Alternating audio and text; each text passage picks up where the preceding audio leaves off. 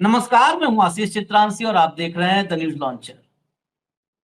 बिहार में फाइनल मतदाता सूची एसआईआर के बाद वाली आ गई है। 69 लाख कटे, 21 लाख जुड़े। अभी हिसाब किताब समझने में सब लोग लगे हुए हैं। बीजेपी की उम्मीदों के मुताबिक ही सब कुछ हुआ है या कुछ गड़बड़ी रह गई है, कुछ चूक हो गई है, ये अभी साबित होना या सामने होना आंकड़ों की जुबानी बाकी है। लेकिन ज्ञानेश कुमार की सिटिंग अगर गड़बड़ हो गई तो बिहार में बीजेपी का रास्ता मुश्किल ही नहीं नामुमकिन हो जाए। बस ज्ञानेश कुमार वाला रास्ता अगर ब्लॉक हो गया, वहां मामला नहीं फिट बैठा तो रास्ता ब्लॉक हो जाए। दरअसल बिहार में अमित शाह स्वयंभू कथित चाणक्य पूरी तरह फंस गए। मोदी के पास एक चिट्ठी पहुंच चुकी है। अब भेज दी गई है, पहुंचने के बारे में हो सकता है खारिज कर दे कि नहीं पहुंची। और बड़ी बात यह है कि इस कुर्सी के बाद बिहार में ये चर्चा है इस चिट्ठी के बाद कि कुर्सी जाएगी क्या, और कुर्सी जाए न जाए बगावत होगी क्या। ये चर्चाएं जोरों पर है। कुल मिलाकर के ये खबरें बीजेपी के भीतर एक बड़े बवाल की आहट। मैं आपको खबर दिखा देता हूं, सीधे खबर पर आते हैं। दिखाइए भैया, पहली खबर ले आइए। ये देखिए, प्रशांत किशोर की पार्टी ने अब प्रधानमंत्री को लिखा पत्र, सम्राट चौधरी को लेकर के ये मांग की। जो जन सुराज पार्टी है प्रशांत किशोर के, उसके अध्यक्ष उदय सिंह हैं, उन्होंने चिट्ठी लिखी है और कहा है कि सरकारी रिकॉर्ड के अनुसार सम्राट चौधरी का नाम 28 मार्च 1995 को हुए लौना पलसा नरसंहार केस संख्या 44/1995 थाना तारापुर में अभियुक्त के रूप में दर्ज है, जिसमें कुशवाहा समुदाय के 6 लोग मारे गए थे, 6 की हत्या हुई थी। इसमें सम्राट चौधरी सहित 6 अभियुक्त गिरफ्तार करके जेल भेजे गए थे। सम्राट कई महीने जेल में रहे और उनकी जमानत की अर्जी 2 बार खारिज हुई। हटा दीजिए इसको, हटा दीजिए, मैं भीतर खबरें बताऊं। 2 बार जमानत अर्जी खारिज हुई। 2 बार जमानत अर्जी खारिज होने के बाद सम्राट चौधरी ने अपने मैट्रिक के जो है का प्रवेश पत्र दिखाया और प्रवेश पत्र में 15 साल अपनी उम्र बताई और नाबालिग का दर्जा जो है पा करके आगे वो रिहा हो गए। और फिर चुनावी हलफनामे में 2020 में अपनी उम्र 51 साल बताई। 51 में से आप अगर 2020 के हिसाब से 25 घटा दोगे 95 वाले सन 95 वाली घटना पे, तो उस समय 26 साल की उम्र में 15 साल का प्रवेश पत्र दिखा करके नरसंहार में अभियुक्त थे और जेल गए थे, वहां पर छूट गए, बच निकले। ये तो फ्रॉड का, मुझे लगता है चुनावी फ्रॉड का दुनिया दुनिया में नहीं तो भारत में, हम भारत की बात करें, भारत में सबसे खूंखार केस है। चुनावी फ्रॉड का खूंखार केस, मतलब फ्रॉड तो है ही, लेकिन ये फ्रॉड खूंखार टाइप का है। प्योर आपराधिक, विशुद्ध रूप से आपराधिक, प्योर क्रिमिनल केस में ये फ्रॉड किया गया बचने के लिए। और क्रिमिनल केस कौन सा, किसी गला नहीं दबा देना, नरसंहार। 6 लोगों कुशवाहा जाति के उसमें जान गई थी, हत्या हुई थी। और ये खुद कुशवाहा है, कुशवाहा पॉलिटिक्स के लिए बीजेपी लाई थी। कुशवाहा 6 कुशवाहा मारने में जेल में गए थे और बीजेपी लाई थी कि इनके जरिए कुशवाहा मतदाता साधेंगे। अब ये तो हमने आपको कल बता दिया था जब प्रेस कॉन्फ्रेंस प्रशांत किशोर ने किया था कि हम मोदी को चिट्ठी लिखेंगे। लेकिन कई बार पॉलिटिकल स्टंट माना जाता है कि चिट्ठी लिखेंगे, चिट्ठी लिखी नहीं। अब उदय सिंह ने चिट्ठी लिख दी है। ये चिट्ठी क्या अपने मन से प्रशांत किशोर ने लिखी या भाजपा वालों ने ही उनको कहते हैं चढ़ा करके, चुनौती दे करके कि अरे देखो, देखते हैं तुम हमारे भाई कैसे मारते हो, देखते हैं हमारे दोस्त को कैसे मारते हो। कई बार सुना होगा ना, देखते हैं हमारे दोस्त को मार के तो देखो। पता चला कि दोस्त नहीं पिटने वाला है, ये बोल करके कि मार के तो देखो बहुत खतरनाक है मेरा दोस्त। पता चला कि सामने वाले ने एक आध चपाट रख दिया। क्या वैसा कुछ हुआ है? अगली खबर में देखिए जरा और खुद आप बताइए, आप तय कीजिए। अगली खबर लाइए, हेडलाइन। प्रशांत किशोर के आरोपों वाला कागज पीएम तक तो जाना चाहिए, अश्विनी चौबे सलाह दे रहे या चुनौती। प्रशांत किशोर के जो आरोपों का कागज है वो पीएम तक तो जाना चाहिए। अब जरा देखिए भीतर क्या है, मैं भीतर कोट अनकोट वही चीजें दिखा रहा हूं, जो है पढ़िए जो अश्विनी चौबे ने कहा। अश्विनी चौबे ने भाजपा के नेताओं पर लगे आरोपों को लेकर एक डिजिटल चैनल से बातचीत में कहा कि प्रशांत किशोर आरोप लगाकर बड़े राजनेता नहीं हो सकते। पेपर तक ही क्यों सीमित है, पेपर तक ही क्यों सीमित है? आप जाइए ना, कोर्ट है, राज्यपाल का दरवाजा है, राष्ट्रपति का दरवाजा है, प्रधानमंत्री का दरवाजा है, उनके पास क्यों नहीं जा रहे हैं आप? वो कागज वहां तक तो जाना चाहिए, जाइए, आपको कौन मना किया है? अब यही सवाल है कि क्या ये जाइए आप कौन रोक रहा है? आप बड़ा नेता नहीं बन पाएंगे, आपको आपके दम है, हिम्मत है तो जाइए जो है प्रधानमंत्री के दरवाजे तक। तो चले गए, उन्होंने कहा था कि हम चिट्ठी भेजेंगे और फिर इधर से चुनौती दिया चौबे जी ने, पहुंच गए। आगे देखिए उन्होंने क्या कहा। अब इससे जोड़िएगा, जो पीछे वाला था बहुत लोग कहेंगे वो तो भाजपा के पक्ष में बोल रहे थे सुनी चौबे ना, यहां पढ़िए। भाजपा में गलत लोग और जो आयातित चेहरे हैं वो सदा के लिए पार्टी की चाबी नहीं है। ये कौन गलत लोग और आयातित चेहरे हैं? ये तो अश्विनी चौबे कह रहे हैं ना कि भाजपा में गलत लोग और आयातित चेहरे हैं वो सदा के लिए पार्टी की चाबी नहीं है। यानी भाजपा में गलत लोग हैं और भाजपा में आयातित लोग हैं, ये दोनों हैं। आयातित ही गलत हैं या गलत सारे आयातित हैं, ये भी आप लोग बताइए जरा। तो सदा के लिए पार्टी की चाबी नहीं है, कुछ दिन के लिए भले गलत काम हो जाए किसी से, सदा के लिए नहीं। यानी कुछ दिन के लिए जो गलत लोगों का राज चल रहा है ये कुछ दिन के लिए भले चल जाए, ये सदा के लिए नहीं होगा। इन आरोपों पर पार्टी नेतृत्व के संज्ञान के सवाल पर चौबे ने कहा कि केंद्रीय नेतृत्व की निगाह हर चीज पर रहती है। बिहार में चुनाव हो रहा है तो एक एक सूक्ष्म चीज पर नेतृत्व की पैनी निगाह है। वो सब कुछ देख रहे हैं, उनको सब कुछ मालूम है, जो सही होगा वो अंत में वो आएगा। अब देखिए यहां पर भी समझिए जो आखिरी है, ये जो केंद्रीय नेतृत्व की निगाह बड़ी एक एक चीज पर है, सूक्ष्म निगाह है और सूक्ष्म चीजों पर निगाह है, ये कह के वो मोदी साहब को भी यहाँ फंसा रहे हैं कि उनकी निगाह है, अगर कार्रवाई नहीं किए तो इसका मतलब उनकी मर्जी से हो रहा है, वो इसमें खुश हैं। और कार्रवाई किए तो बिहार में बवाल हो जाएगा, कांटा निकल जाएगा अश्विनी चौबे का और भाजपा में उथल पुथल हो जाएगा। अभी आगे देखिए, और अभी पूरा नहीं हुआ, यहाँ देखिए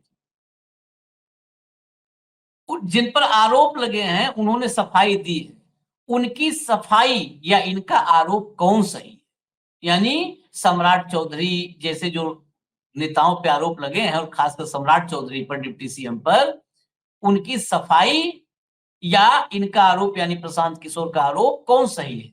ये न्यायालय तय कर सकता है, गवर्नर कर सकते हैं, जज कर सकते हैं, राष्ट्रपति और प्रधानमंत्री कर सकते हैं।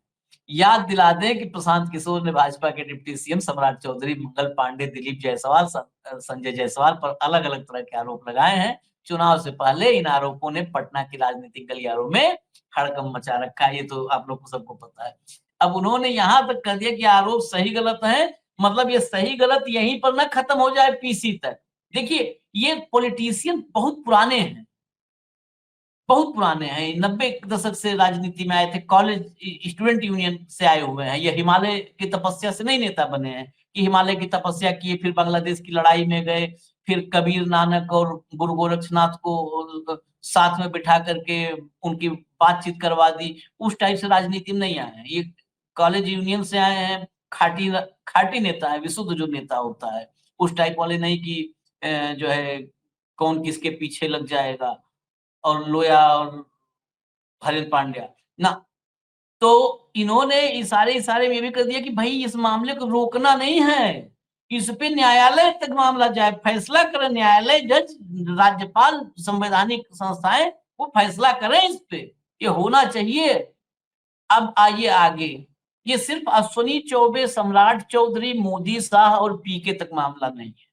एक और किरदार की एंट्री करते हैं। ये खबर एक और देखिए जरा स्क्रीन पर। बिहार चुनाव में पूरी तरह से साइडलाइन हो गए हैं बीजेपी के नेता आरके सिंह। आरके सिंह बागी तेवर और राजपूत कार्ड दिखा पाएंगे असर। अब हटा दीजिए इसको। बीजेपी की 2 महत्वपूर्ण समितियों का अभी ऐलान हुआ है। ये बीजेपी के चुनाव में पर्ची से मुख्यमंत्री तय करने से पहले ये बड़ी महत्वपूर्ण, जिनको मतलब एक तरह से कहा जाए कि दिखाने के लिए, हाथी के दिखाने वाले दांत में, ये 2 कमेटियां बड़ी महत्वपूर्ण होती हैं। एक चुनाव अभियान समिति होती है, एक मैनिफेस्टो समिति होती है। तो चुनाव अभियान समिति और मैनिफेस्टो समिति, मतलब कैंपेन कमेटी और मैनिफेस्टो कमेटी, दोनों के नाम आ गए सामने। अभी नहीं आए तो हो गया 2 दिन 3 दिन हो गया आए हुए। किसी में भी पूर्व कैबिनेट मंत्री, मोदी सरकार के, मोदी जी के मंत्री आरके सिंह का नाम किसी में नहीं है। आरके सिंह ने सबसे पहले जब सम्राट चौधरी पे आरोप लगा था, तो आरके सिंह ही थे, सम्राट चौधरी, दिलीप जायसवाल, संजय जायसवाल, मंगल पांडे, सबको लेकर के उन्होंने कहा कि इनको या तो आकर के सफाई दें, आना चाहिए इनको सफाई देने, और अगर सफाई देने के लिए सामने नहीं आ रहे हैं तो इन सबको इस्तीफा देना चाहिए, नहीं तो इन्हें भगा देना चाहिए। तो ये जो है आरके सिंह ने कहा था। उसके अलावा आरके सिंह ने 4 नाम गिनवा डाले थे। कहा जेडीयू और बीजेपी दोनों को उन्होंने बिल्कुल चेतावनी दी थी कि अगर इनमें से किसी को, ये चारों में किसी को भी टिकट मिल गया तो मैं खुलेआम विरोध करूंगा। अब इस टाइप की लैंग्वेज मोदी शाह इन्हें कतई नहीं पसंद है कि कोई उनको चुनौती दे, चेतावनी दे, चैलेंज दे। तो आरके सिंह को निपटाने के लिए एकदम मतलब फाइनल फैसला दिल्ली में हो गया कि अब इसको निपटा दो भाई। तो ना जो है कैंपेनिंग कमेटी में है, ना मैनिफेस्टो कमेटी में है। अब चर्चा शुरू हुई कि ये पार्टी छोड़ेंगे, पीके वाली पार्टी में जाएंगे, कहीं और जाएंगे, उसको भी खारिज कर दिया। हालांकि कुछ दिन पहले एक जनता के बीच के कार्यक्रम में उन्होंने कहा था कि हम नई पार्टी जो है बनाने पर विचार कर सकते हैं, और पब्लिक से भी पूछा था कि क्या नई पार्टी बनाएं। मुझे लगता है कि उनके आसपास के लोगों ने सलाह दी होगी कि नई पार्टी बना, कुछ नहीं होना जाना है। तो अब आरके सिंह का कोट अनकोट स्टेटमेंट है कि पार्टी, अपनी पार्टी बनाने का कोई सवाल ही नहीं उठता है, किसी और पार्टी को ज्वाइन करने की कोई संभावना नहीं है। स्पष्ट करता हूं कि मैं पार्टी नहीं छोड़ने जा रहा, पार्टी में ही रहूंगा। ये लाइन और खतरनाक होती है। पार्टी छोड़ देने पर कई बार ऐसा होता है, बड़े-बड़े नेताओं के साथ हमने देखा है, हमने उमा भारती और कल्याण सिंह तक के साथ देखा है। पार्टी छोड़ देने के बाद वो लोग कमजोर हो जाते हैं। उन्हीं के साथ, अपने साथ, उनके अपने साथ चलने के लिए 10 आदमी खोजना पड़ता है। पार्टी में रहते हुए बहुत कुछ किया जा सकता है। पार्टी में रहने का बड़ा फायदा है, बहुत कुछ किया जा सकता है। अभी देखिए वसुंधरा राजे को कितने दूर रखते थे मोदी और शाह। अभी बांसवाड़ा की रैली में मंच पर वो वसुंधरा के सामने हाथ जोड़े मोदी जी खड़े नजर आए, क्योंकि वो पार्टी नहीं छोड़ी थी। बहुत था कि पार्टी छोड़ देंगी, नई पार्टी बनाएंगे, पार्टी में ही रही। और आज की तारीख में वसुंधरा राजे की चर्चाएं खूब हैं। अगले अध्यक्ष को लेकर के भी संघ के तरफ से उनका नाम आया है, इसको लेकर के भी। और खबर तो यहाँ तक है कि संघ ने वसुंधरा का नाम दिया, मोदी अपनी सेफ्टी के लिए वसुंधरा के सामने सरेंडर कर गए कि चलो ठीक है, वसुंधरा का नाम ठीक है। लेकिन अमित शाह, मोदी ने तो कहा था ना कि जीना, जितना जीना था जी लिया। मोदी जी ने तो पूरा भोग लिया है, और अभी भोग ही लेंगे 29 तक, ऐसे ही चलते चलते धीमे तेज। शाह का भविष्य खत्म हो जाएगा। तो शाह जो है वो तैयार नहीं है। मैंने एग्जाम्पल के लिए बीच में वसुंधरा वाला लाया। तो ये जो है आरके सिंह ने कहा कि हम पार्टी नहीं छोड़ेंगे। ये मैंने बताया ना कि बाबू बाजार में एक कार्यक्रम में उन्होंने कहा भी था कि पार्टी में, सीधा कहा था उन्होंने कि पार्टी में उनकी लगातार उपेक्षा हो रही है, उन्हें भीतरघात का सामना करना पड़ रहा है। लोकसभा चुनाव में उन्हें कमजोर करने की कोशिश की गई, साजिश मतलब रची गई। अब वो नए राजनीतिक विकल्प के तलाश में हैं और लोगों से पूछा कि हम लोग अपनी अलग पार्टी बनाएं, आप लोग इस पर विचार करके बताएं। लेकिन मामला ठप हो गया। अब 18 तारीख को, 18 सितंबर को रोहतास आए थे अमित शाह, और रोहतास आए थे तो आरके सिंह को सीधा इशारा था कि जो भी आपके दिमाग में चल रहा है, वो चाणक्य, जो कथित वाला चाणक्य है, सीबीआई, ईडी, आईटी वाला चाणक्य है, वो चाणक्य सब देख रहा है।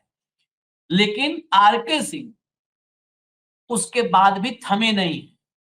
पार्टी में रह के क्या करने वाले हैं, ये ज्यादा डरावना है, क्योंकि बिहार में राजपूतों की राजनीति लगातार ताकतवर होती गई। 2015 में अगर हम देखेंगे तो 15 में 20 राजपूत विधायक चुने गए थे, और 2020 में ये 20 से बढ़ के 28 राजपूत हो गए। जबकि जनसंख्या अगर आप देखेंगे तो वही जो कांसीराम साहब ने कहा था कि जिसकी जितनी संख्या भारी उसकी उतनी भागीदारी, उसकी उतनी हिस्सेदारी, वो बिहार वगैरह में है नहीं। सामाजिक न्याय की बातें भले कर ले, नीतीश कुमार 20 साल राज कर गए, वो नहीं है।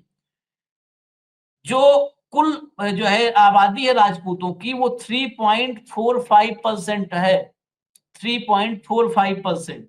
ब्राह्मण 3.66 है, सवर्णों में सबसे ज्यादा, उस ब्राह्मणों से थोड़ा नीचे 3.45 राजपूत हैं, और उसके बाद 2.86 भूमिहार है। तो 3.46% आबादी है, और 28 विधायक 243 में, 243 में 28 मतलब वो करीब करीब 12% हो गए। तो जितनी संख्या है उससे 3 गुना जो है हिस्सेदारी, 4 गुना हिस्सेदारी सत्ता में है। तो 28 तक पहुंच गए 20 में। 2015 में 20 थे, 2020 में 28 हो गए। और 28 में भी आप देखिए बीजेपी ने इसका सबसे ज्यादा, अगर कहते ना कि मलाई खाना राजनीतिक समीकरणों का, तो बीजेपी ने सबसे ज्यादा खाया।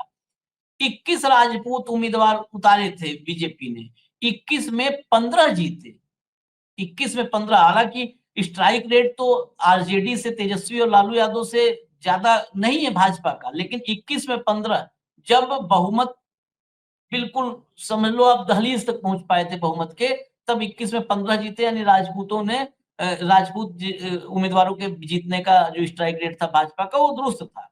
जबकि जेडीयू 7 उम्मीदवार उतारी थी, सिर्फ 2 जीते 7 में।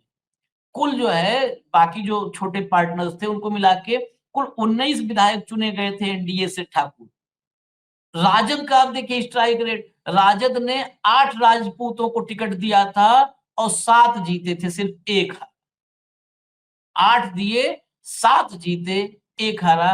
कांग्रेस ने, हालांकि इसमें कैसा किस सेटिंग से कांग्रेस का पता भी नहीं चलता है ना, कि टिकट मेरिट पे दे रही, राजपूत को दिया, इसमें नहीं बुराई, राजपूत को दिया मान लिया ठीक है, डिजर्विंग, लेकिन डिजर्विंग कैंडिडेट था कि नहीं था, मेरिट पर दिया था या जुगाड़ पर या किसी और चीज पे दिया था, बेच दिया था टिकट। 10 टिकट दिया था, 10 में 9 हार गए, 1 जीता। राजद का 8 में 1 हारा, 7 जीते, इनका 10 में 9 हार गए, 1 जीता।